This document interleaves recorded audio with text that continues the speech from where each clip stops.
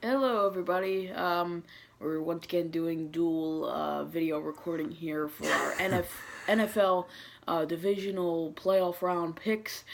We've got the Facebook Live, and we've also got YouTube rolling. You could see I have my Well, we have Mike checking in, so Yeah. glad to have him over here. I was just trying to get the phone to start going, and for whatever reason, the thing didn't quite get it. But anyway, yeah. since I do have to get to work in a short time, we're going to get right to Again. the game. Well, what do you expect? What do you expect? Well, first of all, let's look for the Saturday games. Now, a couple of notes on these games. Yes. And hello to you, Kelly. I hope you're doing better when you're back, by the way. I haven't quite asked you in a while because I know you've been busy. Linda, hello to you. Hope everything's all right. I do want to mention a couple of things as Maria up in New York State's checking in too. I'm, of course, very excited about this evening's game, which we'll mention in a short time. A couple interesting notes here. The teams that won last week Yes. are playing in the same time slot this week as they did last week. The Colts had the 4:40 spot on a Saturday when they beat Houston. Now they're at Kansas City, same time. Mm-hmm. The Cowboys played the 8:15 slot on Saturday. Guess what? That's where they play tonight. The Chargers, they played at the 1 o'clock game on Sunday. Well, guess what? They're playing tomorrow at 1 o'clock.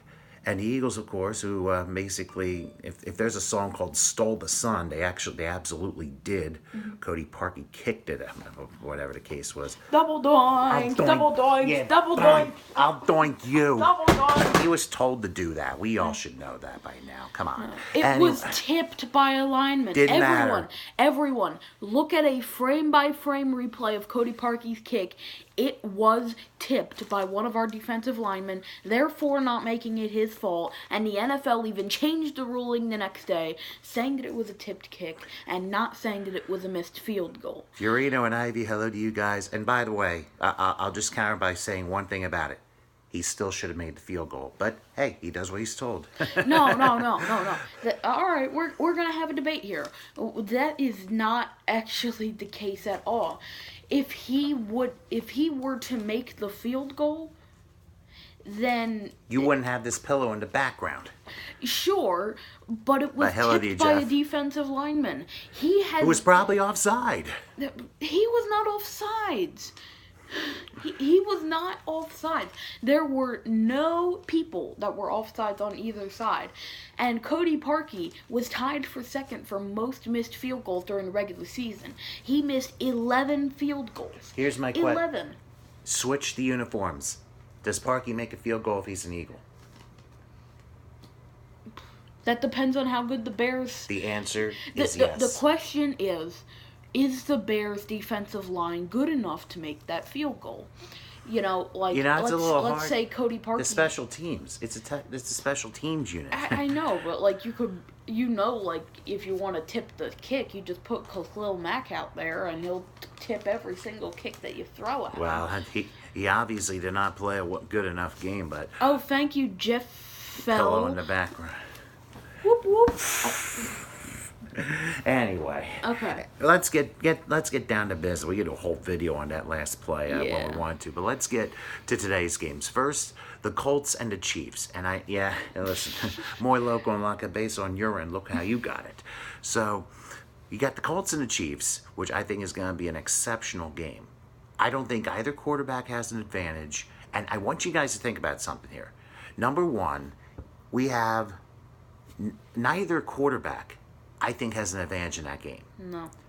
Number two, what the AFC playoffs have this weekend compared to the NFC, both games in the AFC are going to have weather issues. Yeah, absolutely. It's probably going to be snowing in Kansas City. I think that slows the Colts down.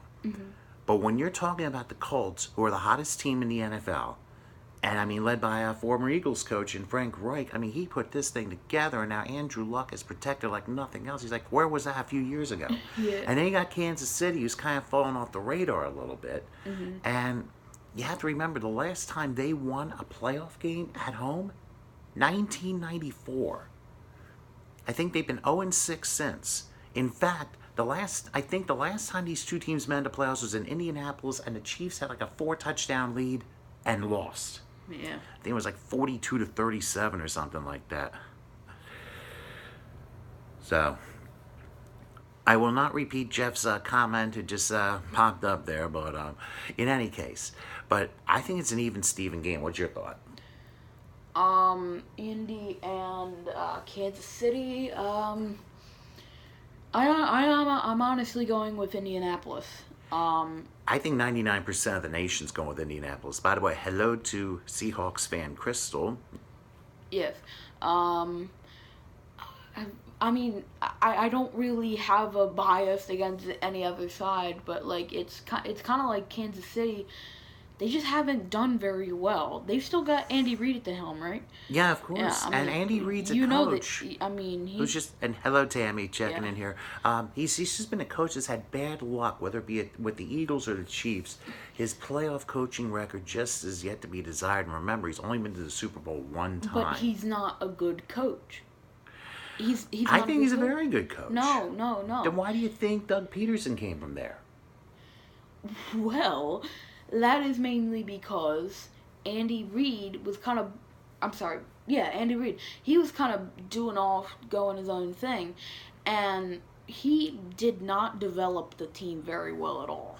He did not give us a good defense. He did not give us a good offensive line, and we still don't have a good offensive line. Well, Fiorino's saying it's a 7-point teaser, but hey, he probably knows more about the lines in Vegas than I Carly would. Jimmy, Fiorino's hello. on your account? Yeah, Fiorino. I thought you said he's Carly, on the Jersey Shore. I thought you said Carly. Well, we know Fiorino. Jimmy down in Myrtle Beach is checking in, so hello to you.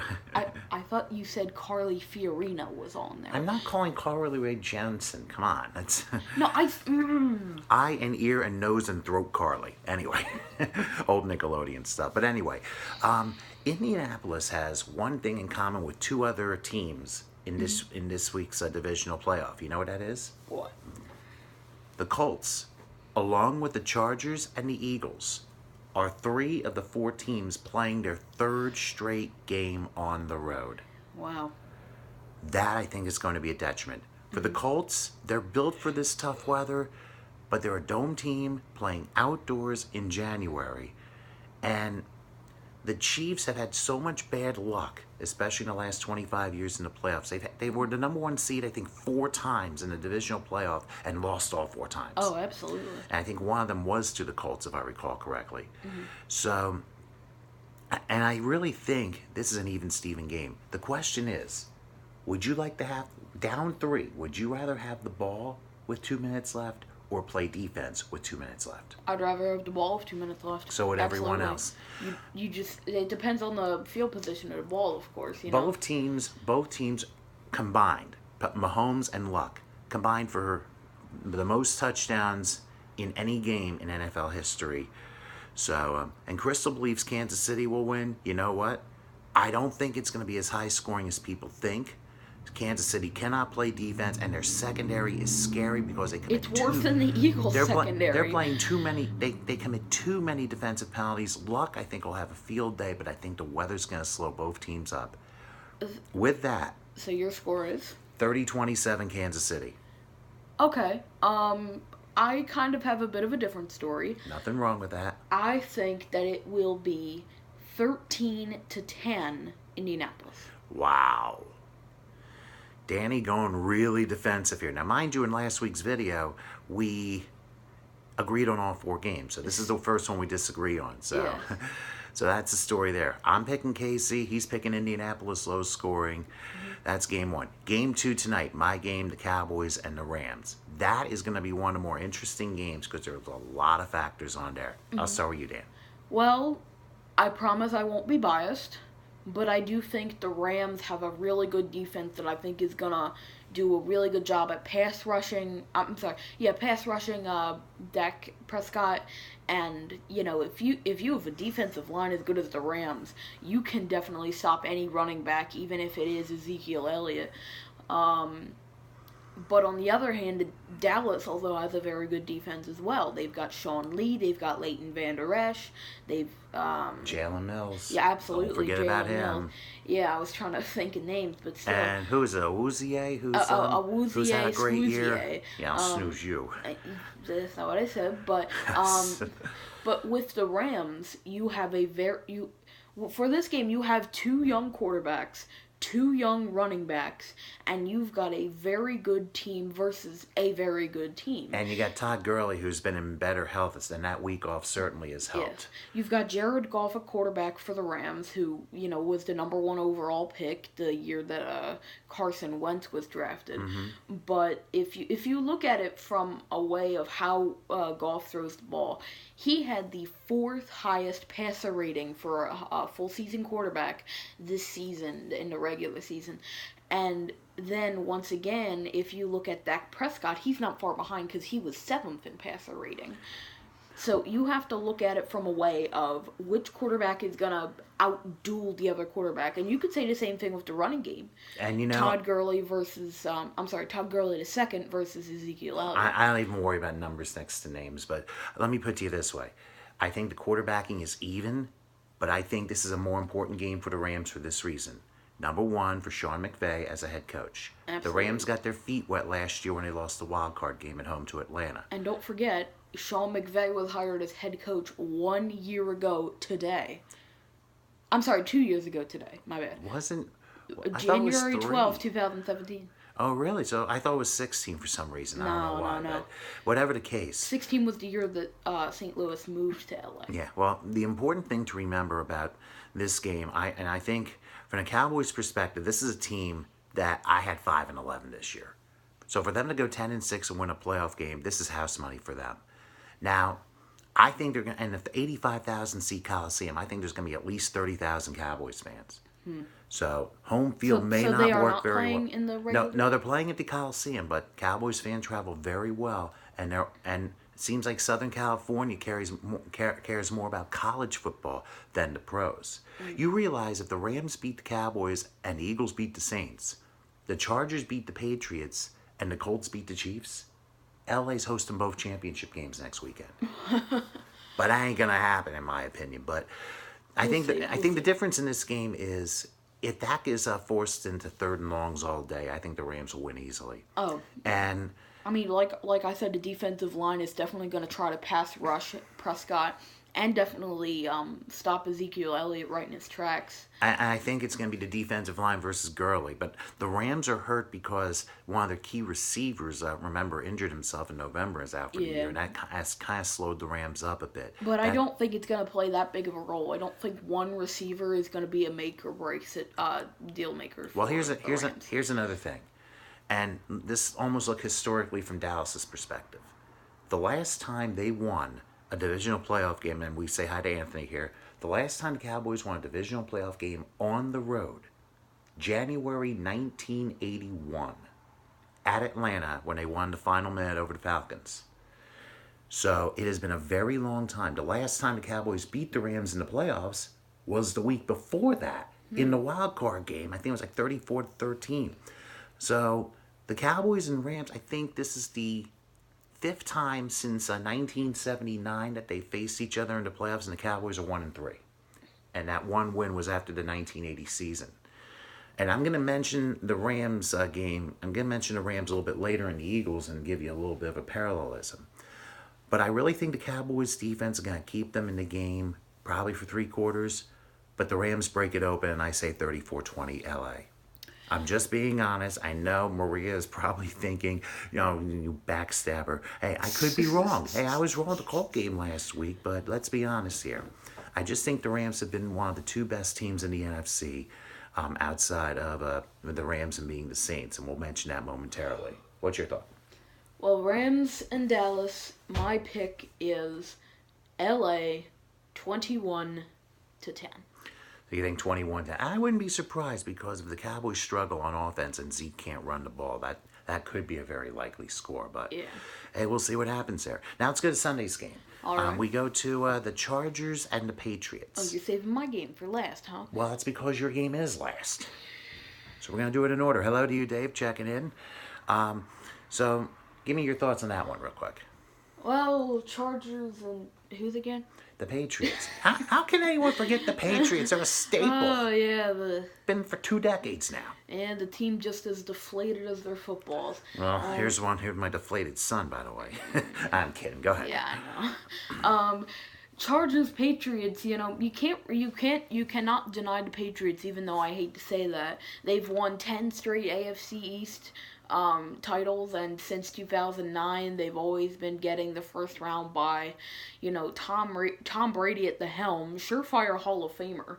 I mean, I probably I don't even think he's a first ballot Hall of Famer. I think he's a negative first ballot Hall of Famer, because he's gonna get in before he even retires. He's that amazing of a quarterback. Obviously, I'm exaggerating, but still, I mean, he is possibly one of the best quarterbacks of all time. And I was about to say the best, One of the but top then 5.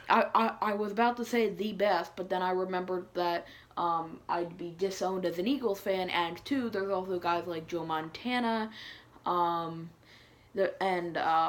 what's his name? Aaron Rodgers, who would also be up there as well. Well, Rodgers only won 1 Super Bowl. Don't forget, Aikman's won 3, Montana's won 4, Bradshaw's won 4. That's also a Cowboy. No, Bradshaw's a Steeler. Oh, my bad. Nitwit. Anyway, I was thinking Roger Staubach. Well, he won. I think he won 2. Oh, all right. He got to 5, but he only won 2. Yeah. But all right, moving on. well, we could discuss more of that as we go along. But here's my thinking: Chargers, just like the Colts, 3rd straight week on the road, 2nd week in a row west to east, furthest possible road trip outside of Seattle, traveling to Miami and vice versa. I think that could be a tough chore for the Chargers. Secondly, this could be Phillip Rivers' last shot. Talent-wise, the Chargers have a better team than the Patriots. But New England has the home field advantage in football. And the fact that it's going to snow, and the fact that Phillip Rivers has never beaten Tom Brady in Foxborough, I think he's 0-7. Melanie, hello, thanks for checking in here. I really think the Chargers really are up against it. As much as I want to see Carson City win on Sunday, I just don't see it happening. Your thought? Well, I disagree on the fact that the Chargers are a better team than the Patriots. Well, Gronkowski isn't as good as he used to be. Still, he's one of the top tight ends in the game. You've got a nice receiving core like Julian Edelman. You've got guys like, I was going to say Josh Gordon, but that's out the window. That might be better for them. You've got guys like Julian Edelman, and I'm forgetting names as I speak. Well, you may not Name need to remember. some Patriots receivers for me.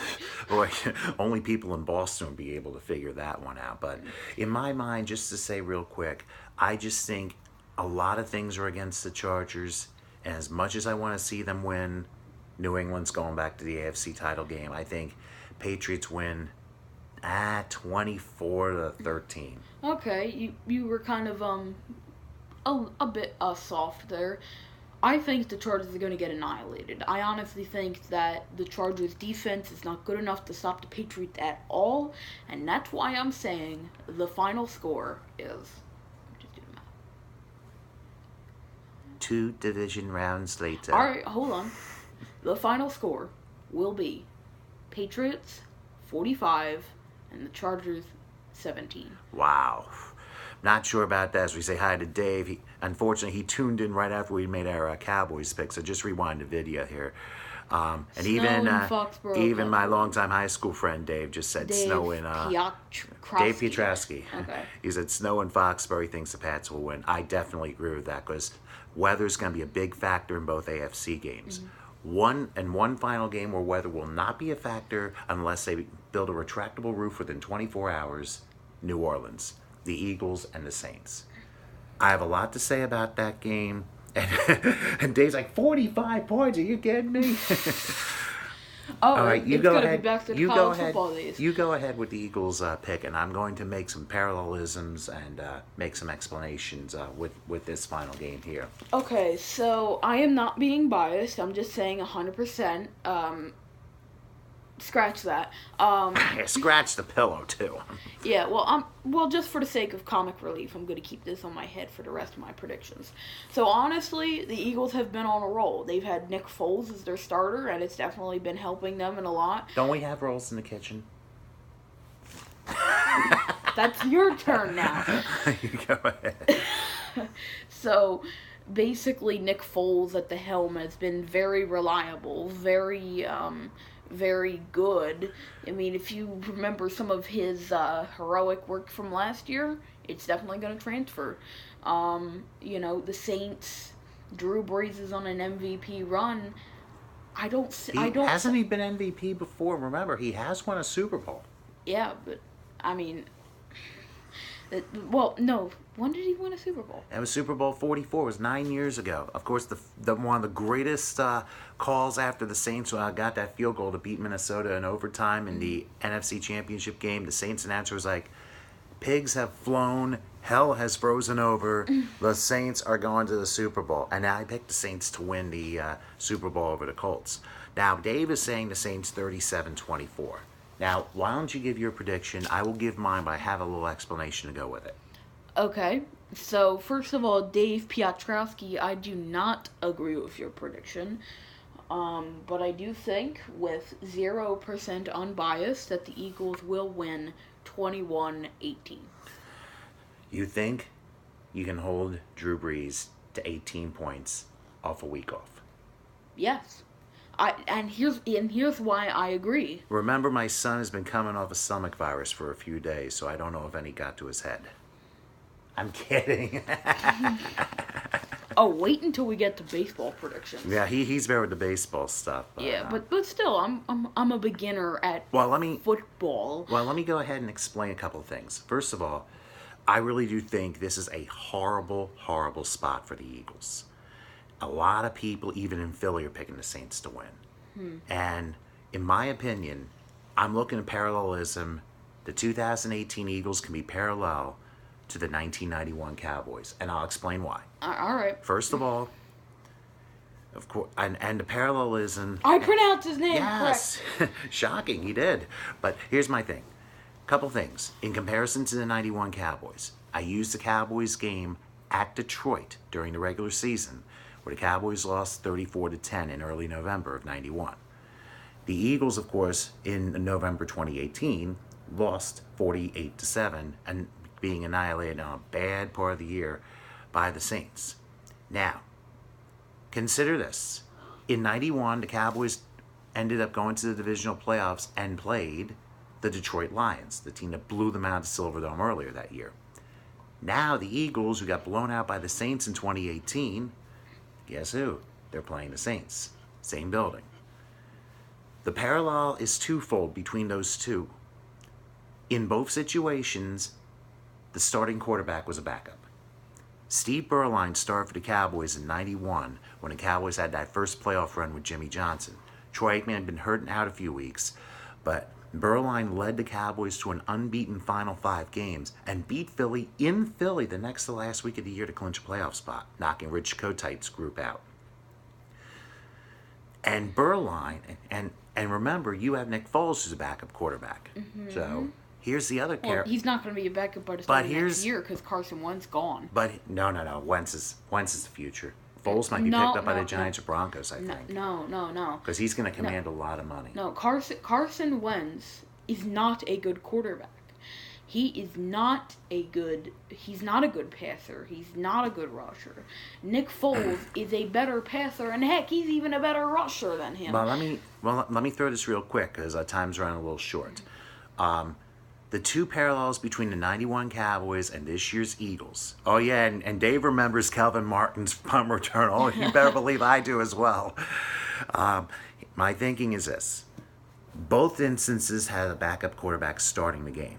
Mm-hmm. Both instances, both teams beat the Chicago Bears at Soldier Field the week before in the wild card game. Cowboys won 24-17. Of course, the Eagles won last week. Well, this isn't parallelism now. Now this is just conspiracy theory. No, I'm saying history can repeat itself.